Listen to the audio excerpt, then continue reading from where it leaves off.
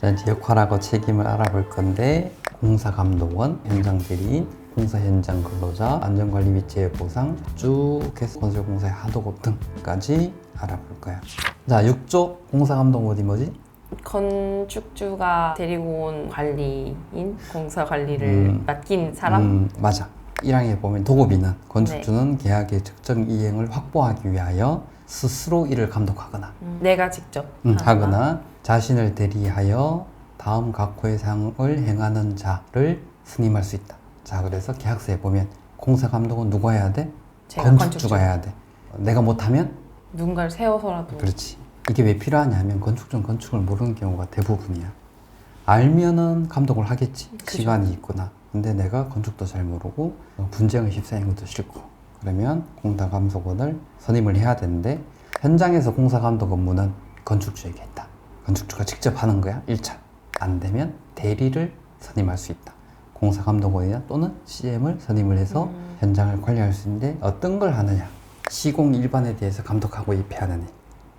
전반적으로 감독하고 미팅에 들어가서 뭐 본다던가 아니면 그치. 두 번째, 계약 이행에 있어서 수급인에 대한 지시 승낙 또는 협의하는 일. 오. 건설사에게 무엇을 지시하거나 네.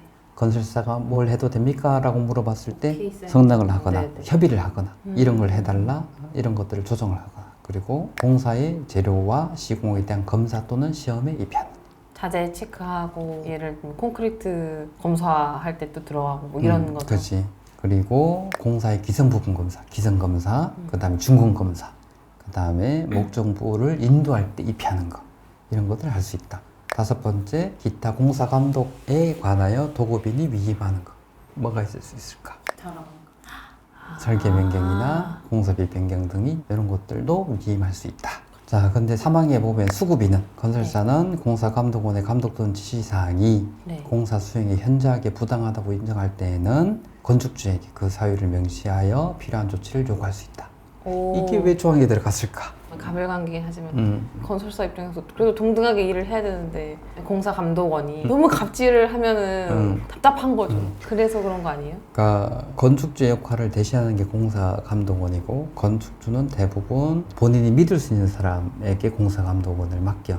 네. 가족이나 친구나 동창이나 이 여기에서 문제가 공사감독원이 건축에 대해서 좀 잘 알아야 되는데 잘 모르는 상태에서 공사감독을 하는 경우에 현장에서 문제를 더 일으키는 경우도 종종 있어. 오. 그래서 공사감독원이 있음으로 인해서 더 많은 문제가 생기는 현장도 종종 있어. 그래서 그럴 때는 건설사가 이런 문제가 있으니까 조치를 취해 주세요 라고 하는데 사실 건설사가 그렇게 하기는 쉽지 않아. 왜 문제를 일으키는 거죠? 공사감독원 입장에서는 정사에 이런 거 할 때 합의를 시켜야 되잖아. 그치? 네. 그때 무조건 건축주 편이야. 왜냐면 월급을 받고 하는 거기 때문에. 아. 근데 건설 현장에서 공사 감독관이나 CM들은 중간에서 감독할 건 감독하고 협의할 건 협의하고 조정할 건 조정하는 건 윤활유 역할을 해야 되는데 윤활유 역할을 하는 게 아니고 모래 역할을 하는 경우들이 있어. 왜냐하면 공사 감독관은 건축주에게 돈을 받았으니 거기에 대한 상응하는 보여줘야 돼. 그게 독이 되는 경우가 종종 있다. 이거 얼마 전에 알쓸건축에서 CM분들이 말씀해 그래? 주신 케이스인데 자, 두 번째. 현장 대리인이 누구? 현장 그치? 소장님. 현장 소장이야. 자, 여기에 보면 현장 대리인은 현장 소장은 현장에 상주하여 시공에 관한 일체 사항에 대하여 수급인을 대리하며 건설사를 대리하며 도급받은 공사의 시공 관리, 기타 기술상의 관리를 담당한다. 현장 전반적으로 기술 관리를 하지만 건설사를 대리하는. 그렇지. 그래서 아까 건축주를 대리하는 게 공사감독관, 공사감독관. 건설사를 대리하는 게 현장 대리. 자, 여기에서 건설기술자라고 했지. 네. 아무나 하면 안 되죠. 그러면 어떤 건설기술자를? 뭐 증이 있어야 되겠죠. 자격증이라던가. 여기 건설산업기본법 시행령이 건설기술 배치 기준이 있어서 공사 예적 금액별로 네. 어떤 자격을 갖춘 사람이거나 어떤 경력을 갖춘 사람이 있어 들어가야 된다라고 하는 게 돼 있어. 기술사, 기능장, 기사, 산업기사는 자격이고 네. 특급, 고급, 중급, 초급 기술인은 경력이야. 아. 그래서 기사이기도 하면서 중급 기술이기도 하고 기술사이기도 하면서 특급 기술이기도 하고 기술사는 모든 현장들이 다 될 수 있지만 산업기사는 취득 후 해당 직무 3년이 딱 됐으면 30억 미만밖에 안 돼. 네. 5년 이상 되어야만 30억 이상을 할 수가 있어. 자격증이 있다고 하더라도 내가 취직하고서 일한 기간 범위에 따라 또 이제 그치. 차등이 있다는 거네요. 차등이 있어. 8조 공사 현장 근로자, 15조 건설 근로자의 보호. 왜 이런 게 계약서에 들어가느냐? 현장 근로자가 노동법의 사각지대야. 일용직들이 많아. 정규직이면 하면 한 달에 한 번씩 월급이 나고 연봉만큼 나가기 때문에 뭐 여러 가지 보호 장치를 할 수 있는데 하루 와서 일하고 나가. 다른 데 또 가시니까. 자, 그래서 8조 공사 현장 근로자, 수급인, 건설사는 근로자의 행위에 대하여 사용자로서 모든 책임을 진다. 모든 책임을 진다. 모든. 수급인은 건설 근로자의 보호를 위해서 여러 가지를 가입해야 돼. 이건 필수인 거네. 도급인은 계약 금액의 1을 계상해야 된다. 계약 금액에 넣어줘야 된다. 포함시켜서 돈을 줘야 된다. 자, 네네. 그래서 정리를 하면 근로자의 행위는 건설사의 책임. 네. 건설사는 사용자로서 책임을 다 해야 되는 거야. 근데 근로자를 보호할 때 들어가는 비용, 건축주 부담이야. 뭐 어떤 거가 있느냐? 건설 근로자 퇴직공제 부금, 임금 채권 보상 제도에 따른 사업주 부담금, 고용보험, 국민연금, 건강보험, 노인장기요원 보험료가 부담을 누가 하느냐? 건축주가 하고 이걸 어떤 식으로 하느냐? 원가 계산서에 요율로 반영을 해야 되는 거야. 그래서 순공사비가 있고 총공사비가 있는 거군요. 저런 게 포함돼야 되는 포함돼야 되기 때문에 이걸 안 넣으면 공사가 안 되죠. 안 돼. 이거는 다 법에 다 있는 거야. 자, 그다음에 안전관리 및 재해보상. 중요하죠. 건설 현장 산업재해가 많아. 그렇죠. 항상 사건 사고가. 그래서 수급인은 산업재해를 예방하기 위하여 적정한 조치를 취해야 돼. 근데 돈이 들어갈 거잖아. 그렇죠. 도급인, 건축주는 법령이 규정하는 법정 경비의 상당액을 계상을 해야 돼. 공사 현장에서 발생한 산업재해 책임은 수급인에게 있어. 건설사가 책임을 지는 거죠. 자, 그래서 산업재해가 생기면 누구 책임이다? 건설사지. 근데 안전관리 비용은 제가 건축주가 부담을 해야 돼. 어떤 걸 하느냐? 안전관리비, 산업안전 보건관리비, 산업재해 보상보험료는 건축주가 원가 계산에 반영을 해야 된다. 자, 근데 여기에 다만 설계상의 하자 또는 도급인의 요구, 건축주의 요구에 의한 작업으로 재해가 발생한 경우에는 건축주에게 구상권을 행사할 수 있다. 그러니까 돈을 달라고 할 수 있다는. 그지? 피해가 생겼어. 건설사가 노무자나 이런 분들한테 책임을 다했어. 그리고 나서 이거를 건축주에게 구상권을 행사할 수 있다는 얘기야. 여기엔 뭐가 있냐? 설계상의 하자. 근데 설계는 건축사가 해주는 거잖아요. 설계자가 한 거지만 건축주는 받아서 네. 이걸로 건설사하고 계약을 했기 때문에 설계자하고 건설사는 직접적인 관계가 없어. 그래서 건축주가 져야 된다는 거군요. 그래서 이걸로 해서 재해가 생겼다. 그러면 건축주 책임. 근데 도급인의 요구에 의한 작업은 뭐 이런 건가요? 뭐 이거 간단한 건데 빨리빨리 해줘요. 해서 뭐 그런 거 안전장비 뭘 착용해요. 그래서 했는데 사고가 나면 이제 건축주가 책임지는 거야. 그래서 뭘 해야 되는가? 첫 번째, 설계 잘해야지. 네. 두 번째, 현장에서 계약 외의 작업 요구하지 말 것. 제가 방금 말한 그렇지. 특히 안전관리는. 그리고 현장에서 작업자에게 직접 작업 지시하지 말 것. 어떤 지시든 현장 소장을 통해서 지시가 돼야지 직접 작업자에게 뭔가를 한다는 거는 문제가 생기면 다 건축주 책임이다. 그러면은 혹시 제가 막 이거 지금 당장 바꾸고 싶은데 속이 답답하고 그래도 소장님한테 말해야 되는 그렇지. 거죠? 하다못해 현장을 가서 봤는데 작업자가 저 위에서 내 방에서 오줌을 누고 있어. 그것도 하면 안 돼. 못질 하나 잘못하고 있는 것도 안 돼. 혹시 모르니까 안 되는. 자, 이제 16조 응급조치. 건설 현장에서 예상치 못한 재해를 미리 막아야 되잖아. 그쵸, 이거. 그래서 재해가 예상이 되면 네. 첫 번째, 건설사는 선긴급 조치 후 통지. 바로 지금 뭔가 무너질 것 같은데 네. 그래서 먼저 하고 건축주한테 저희가 이런 문제가 있어가지고 이렇게 했습니다. 근데 건축주가 봤을 수도 있잖아. 있을 수 있죠. 그러면 건설사한테 조치해라. 근데 건설사가 이거 안 해도 돼요 라고 할 수도 있잖아. 네. 그러면 다른 사람을 시켜서 할 수도 있다. 재해를 막기 위한 응급조치는 어떤 방법을 써서라도 막아야 되기 때문에 건설사가 먼저 할 수도 있고 건축주가 지시를 통할 수도 있고 건축주가 다른 사람을 시켜서 할 수도 있고. 근데 이런 걸 했을 때 비용이 발생을 했겠지. 네. 그러면 그거는 실제 들어간 비용만 정산을 해. 이윤이나 뭐 이런 관리비 이런 거 하지 않고 실비 정산을 한다. 음. 자, 근데 이것도 합의잖아. 그죠. 협의하여 부담한다. 이거 협의도 잘해야 되는 게 이제 관리자가 잘 해줘야 되는데. 자, 부적합공사는 현장에서 항상 발생해. 부적합공사가 뭐냐 하면 설계서에 적합하지 않은 부분이거든. 그래서 부적합공사의 판정 기준은 설계서야. 네. 설계서에는 뭐가 있지? 도면 있고 시방서 같은 거 있고. 이거는 저번 시간에 배웠어. 정의할 때 네. 도면, 시방서, 내역서, 현장 설명서 또는 견적 조건. 이게 기준인 거야. 부적합이라고 판정되는 거에. 자, 그런데 부적합 공사를 건설사가 했어. 네. 그러면 건축주는 당연히 고쳐달라고. 시정 요구를 할 수 있고 건설사는 시정을 해야 돼. 네. 근데 이 시정을 한 거에 대한 비용 또는 시정을 했으니까 기간이 더 늘었겠지. 이건 누가 부담해야 돼? 잘못한 사람이 부담을 해야겠죠. 맞아. 당연한 거야, 그건. 네. 건설사하고 건축주하고 계약을 했어. 그 기준이 되는 게 설계서이고 네. 설계서대로 건설사가 공사를 안 하면 이거는 건설사. 부적합 공사가 되는 거고 네. 건축주는 당연히 요구할 수 있는 권리가 있는 거고 건설사는 반드시 그거를 시정을 해야 되고 시정을 하는데 들어갔던 비용이나 기간이 늘어난 것은 인정을 하지 않는다. 하지만 건축주의 요구 또는 지시로 의한 부적합 공사 이런 건 건축주 책임이야. 아. 그래서 기준이 그거야. 설계서 기준.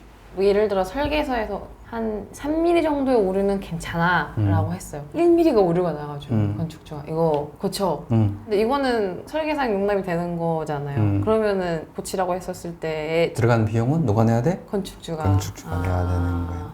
그래서 모든 기준은 설계서에 따라서 적합, 부적합을 판단을 하기 때문에 설계가 잘 되어야 되지 않으면 두루뭉실하게 되면 이 판정을 할 수가 없다. 그러면 판정을 하는 데만 시간을 다 써야 되는 게 생기고 그걸 가지고 공사비 더 달라, 공사기간 더 연장해 달라고 한 요구들이 이제 생길 수밖에 없게. 분쟁의 씨앗이 되네요. 그렇지. 그래서 설계가 잘 돼야 된다. 내역서가 잘 있어야 되는 된다. 네네.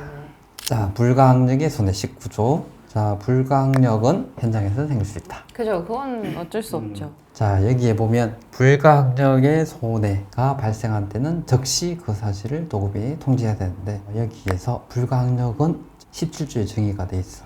태풍, 홍수, 폭염, 한파, 악천후, 미세먼지 발현, 전쟁사변, 지진, 전염병, 폭동 등을 불가항력이라고 하는 거야. 불가항력의 손해가 발생을 했을 때는 건설사는 이것을 통지를 해야 돼.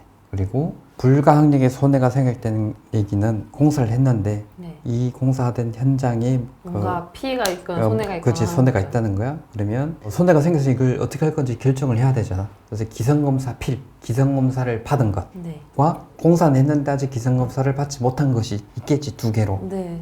이 공사한 것 모두를 아, 건축주가 부담한다. 이제 한 거는 일단 인정을 해줘야 된다는 한 건이 돈을 받았든 받지 않았든 건축주 부담인 거야. 그럼 이런 불가항력의 손해가 생길 수 있는 게 뭐가 있을까? 현장에서 태풍, 홍수, 전쟁, 사변, 지진, 폭등. 자, 이런 거는 공사 현장에서 문제가 생길 수 있는 거야. 갑자기 태풍이 오거나 홍수가 오거나. 근데 이런 것들이 생겼다고 해가지고 다 건축주가 부담을 해야 되는가? 그러니까요. 공사하고 있는데 태풍이 와가지고 다 잠겼어. 그럼 이건 무조건 건축주가 부담을 해야 되냐? 그래서 나름 대비를 할 수 있지 않을까요? 응, 그지? 그래서 어떤 게 있느냐면 예견되고 대비를 할 수 있었는데 그렇지 못한 피해는 건설사 책임인 거야. 태풍이 온다고 했는데 건설사가 이 정도는 괜찮아요. 해서 대비를 안 했어. 그러면 건설사 책임이지. 아. 홍수, 비가 많이 온 거라고 예보가 있었는데도 네. 그에 대한 대비를 안 하면 건설사 책임인 거야. 그러면 여기서 불가항력의 정의 중에서 네. 불가항력의 손해가 생길 수 있는 불가항력이 뭐가 있을까? 예측을 할 수 없는 게 네네. 전쟁, 사변, 지진, 폭동. 이건 사실 예측을 하기 어려워. 하지만 태풍, 홍수 이런 것들은 다 요즘 기상예보 좋잖아. 그렇죠, 그렇죠. 어. 그럼 궁금한 게 있는 게 태풍이 초속 미터/s 몇으로 온다고 했어요. 근데 그보다 더 세게 온 거예요. 나 건설사는 다 대비를 했는데 그럼 어떻게 해요? 그거는 이제 불가항력의 손해가 되는 거지. 아, 그러니까 예견될 수 있고 대비할 수 있었는데 못한 거는 건설사 책임이지만 예견이 안 됐고. 대비를 했더라도 안 된 거니까. 그렇지. 자, 이제 손해의 부담. 현장에는 누구의 책임도 아닌데 손해가 생길 수 있다. 뒷책임도 아니고 건설사의 책임도 아닌. 그래서 도급인, 수급인 누구의 책임도 아닌 사유로 공사의 목적물이나 제3자의 손해, 사람이 다칠 수도 있죠. 그죠. 생긴 경우 다음 각호의 자가 손해를 부담한다. 그래서 4개로 나눠져 있는데, 자 여기 보면 인도되기 전, 인도된 후라고 돼 있어요. 그래서 네. 기준점이 인도야. 건물 건축물 받는 인도. 거. 네네. 자, 되기 전하고 후를 나누는데 인도되기 전에 뭐가 있느냐면 검사가 있어요. 준공공사. 그쵸. 해야죠. 자, 그래서 인도되기 전은 책임은 건설사. 아직 건설사 손을 안 벗어난 거니까.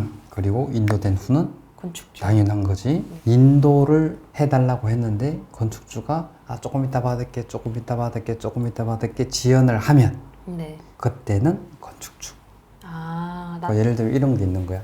공사가 다 끝났어. 그리고 나서 준공공사 다 하고 인도해 주세요라고 하고 현장에서는 사람이 빠져나와야 되겠지. 그죠. 그러면 현장에 사람이 없어.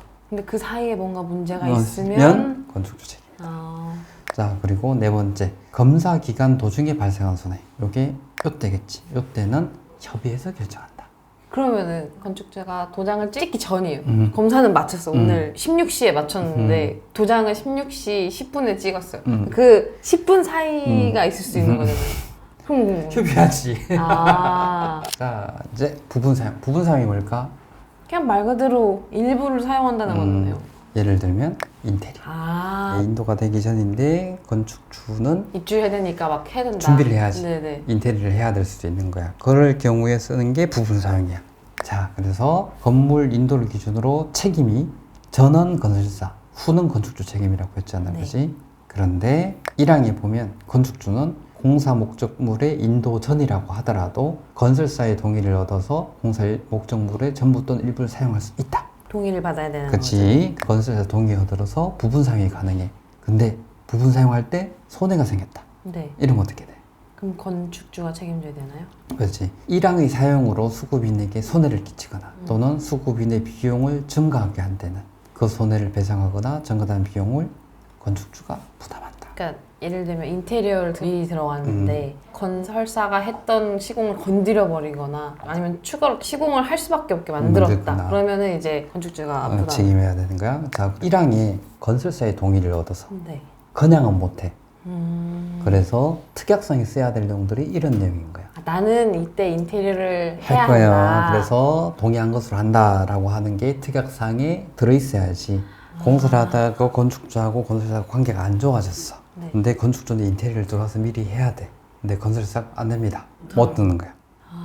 그래서 이런 내용들이 특이하게 들어가야 된다. 그냥 맘 편하려면 뭐든 인도 받고 하는 게 낫긴 그래서 하겠네요. 제일 좋은 거는 공사가 다 끝나고 인도를 받고 난 다음에 인테리어를 하는 게 가장 좋아. 근데 만약에 제가 막 임대를 준다거나 입주 시기가 정해져 있어서 인테리어를 해야 된다거나 하면은 미리 계약서에 계약서 써놔야 된다. 아니면은 계약서에 빼먹었으면은 나중에 동의를 얻어야 돼.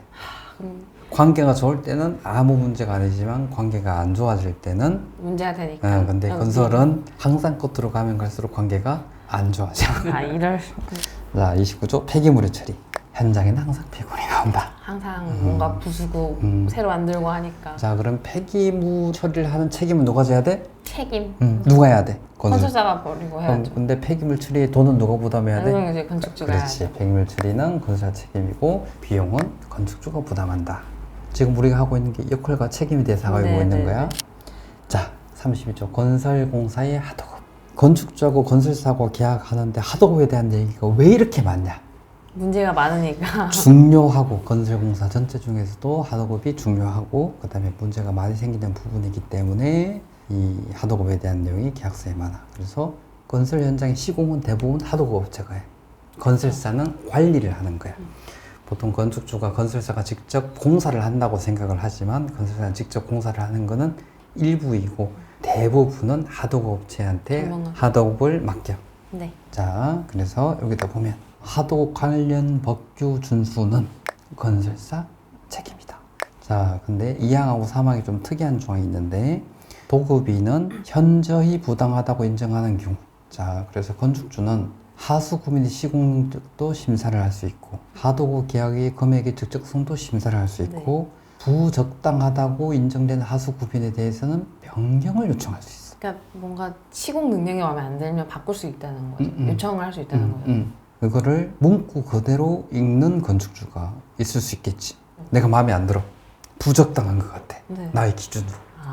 너무 주관적이죠. 현저히 부적당하다고 인정되는 경우. 그 현저히 부당하고도 누가 인정을 하는 거죠? 그치. 계약서에 이렇게 돼 있지만 실제로 2항, 3항의 조항을 건축주가 현장에서 사용하면 안 돼. 실무적으로는 하도업체가 마음에 안 든다고 건축주가 변경을 요구할 수가 없어.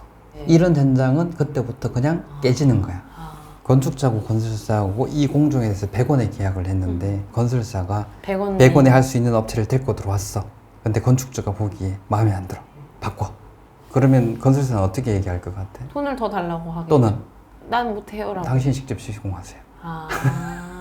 바꿀 수 있는 이유가 그럼 어떻게? 실무에서는 법적 요건을 충족하지 않는 게 면허가 없다든가 면허가 사라졌다든가 뭐 대여를 했다던가 이런 그런 법적인 요건에 대해서만으로 제한해.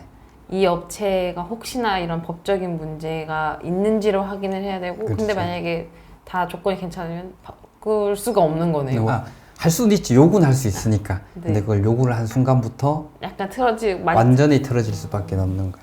실제로 이런 건축주가 있어. 계약서 내용대로 법이 있으니 내가 그대로 하겠다. 근데 그 뒤에 생길 문제는 현장은 이제 난장판 되는 거야. 건축주가 실제 쓸 수 있는 조항이 아니야. 하지만 법적인 요건을 충족하지 않았다면 현저히 부적당하다고 인정되는 이거는 쓸 수 있어. 제가 뭐 예를 들어서 창문이라던가 어느 특정 부분 시공할 때는 더 잘하고 싶은 부분이 있잖아요. 그럼 어떻게 해야 되죠? 그거는 견적받을 때 네. 조건을 써야지. 이 공사는 이 하도업체가 하는 걸로 해라. 그럼 건설사가 그 하도업체한테 견적받아서 견적을 내겠지. 내가 특정 원하는 기술이 있다던가 이런 기준이 있으면 특정 기술 기능이 있는 공정이 있다. 그리고 이거는 내가 알아보니까 이 업체밖에 못한다 라고 하면 견적받을 때 아예 그 공정을 스펙을 박아놔야 되는 거야.